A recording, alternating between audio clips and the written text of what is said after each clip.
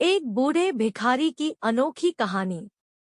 हर दिन एक भिखारी दरवाजे के पास आकर भीख मांगता था और घर का मालिक हमेशा घर के बाहर आते ही उसे देखकर फिर जाया करता। कई बार उसके लिए गालियां भी बकता। वो कहता, तू जिंदा ही क्यों है?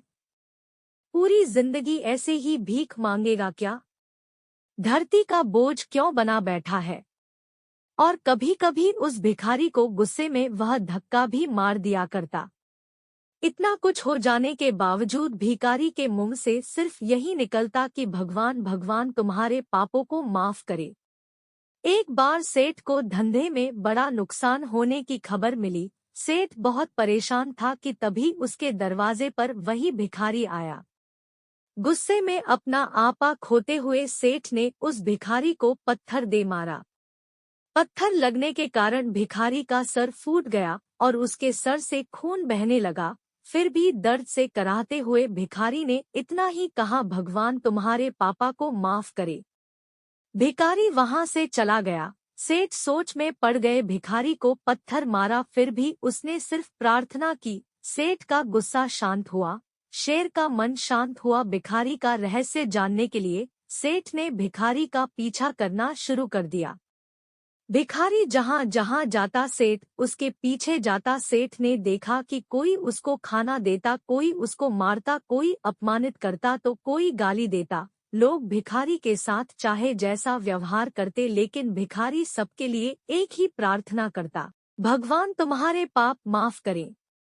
अब रात होने को आई थी। भिखारी अपने घर जाने के लिए लौटा। वो अपने घर पहुंच गया, लेकिन सेठ अब भी उसका पीछा कर ही रहा था।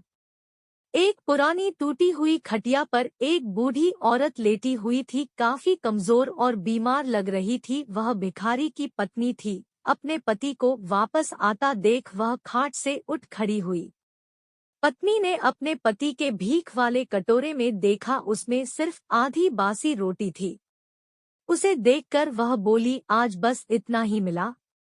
और हाँ, आपके सिर से खून निकल रहा है, ये चोट कैसे लगी?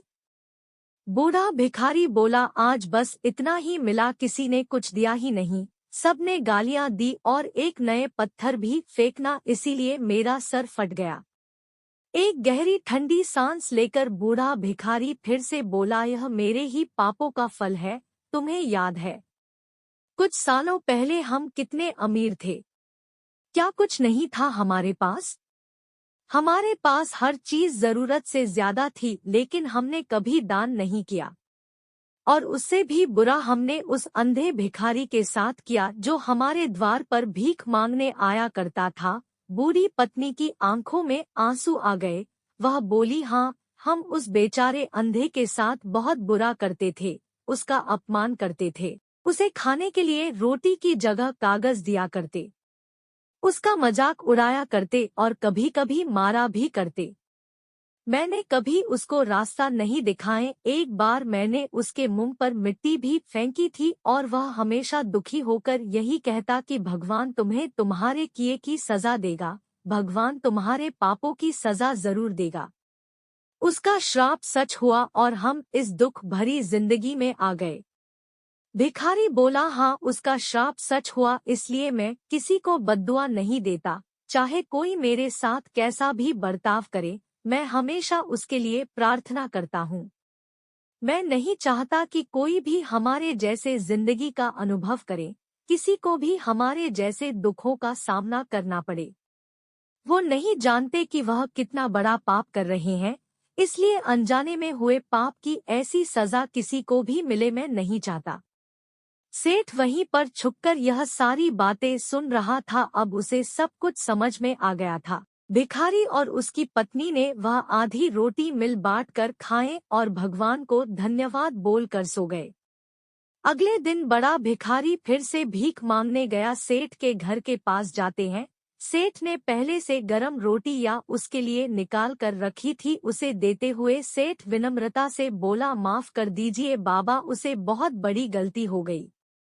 बूढ़ा भिखारी बोला, भगवान तेरा भला करे। इतना कहकर वह आगे निकल गया। इस कहानी से जो सीख लेने लायक है वह बड़ी ही सिंपल है।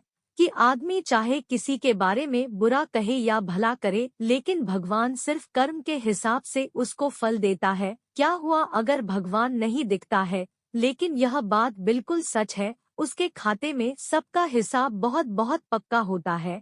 इसलिए जब किसी के लिए कुछ भी करो तो अच्छा ही करो।